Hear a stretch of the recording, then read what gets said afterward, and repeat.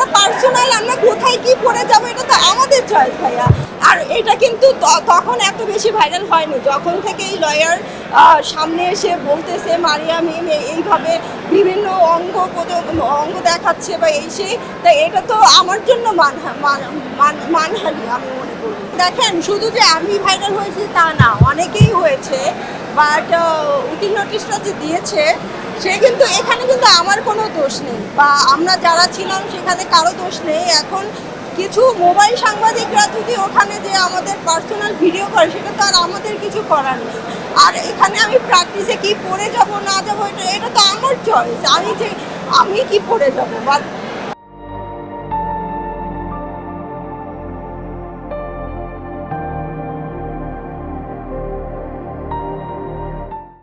But এইটা হচ্ছে আমরা পার্সোনাল, আমরা কোথায় কি পড়ে যাবো এটা তো আমাদের চয়েস ভাইয়া। আর ইরফান সাজ্জাদ ভাইয়ার একটা ভিডিও ভাইরাল হয়েছে কিনা দেখেছেন কিনা, উনি কিন্তু বলেছিল সাংবাদিকদের আপনারা সামনে থেকে ভিডিও করুন, পেছন থেকে করবেন না।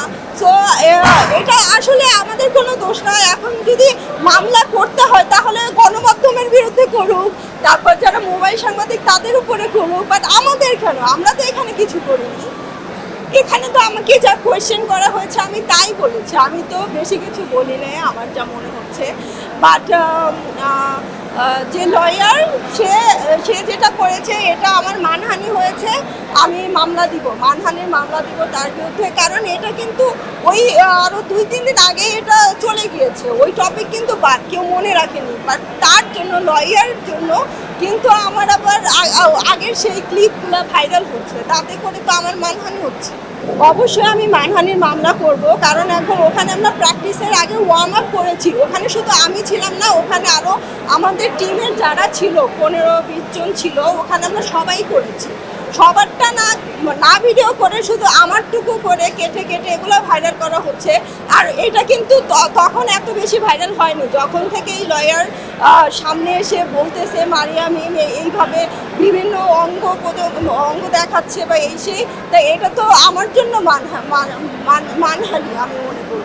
কারণ সে আসলে ভাইরাল হওয়ার জন্যই আসছে, তা না হলে খেলা শেষ হয়ে যাওয়ার পরে কেন সে আসবে, তাই না? খেলা কিন্তু শেষ হয়ে গিয়েছে, এখন আবার আজকের টপিক জার্নালিস্টরা পেত, ওইটা কিন্তু আর আসতো না, কিন্তু সে আবার নতুন করে ওইটা আসছেই ভাইরাল হওয়ার জন্য। আমার মনে হচ্ছে তার আসলে কোনো কাজ নেই, কাজ থাকলে তো আরো অনেকেই লয়ারই আছে, তারা তো আসলো না, তাহলে সে কেন আসলো?